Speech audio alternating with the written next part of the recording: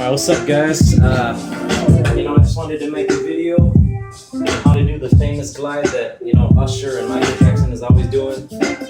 People are always asking me how to do it correctly. This is the way I do it. A lot of people do it differently, but this is how I do it now. So first off, you want to start with one of your legs. To get up on your toes, right? Put the pressure, your body weight on this leg. So it's like that.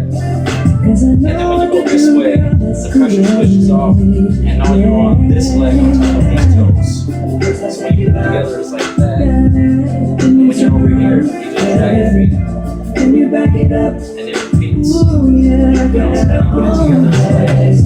it's like one. And you can always change it up. Like Michael Jackson, he'll do it like this. He doesn't do it.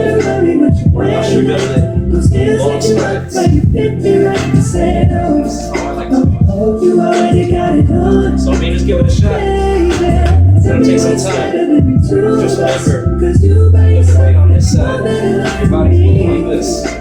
But really, when it goes slow, it's like this. And then you drag your feet.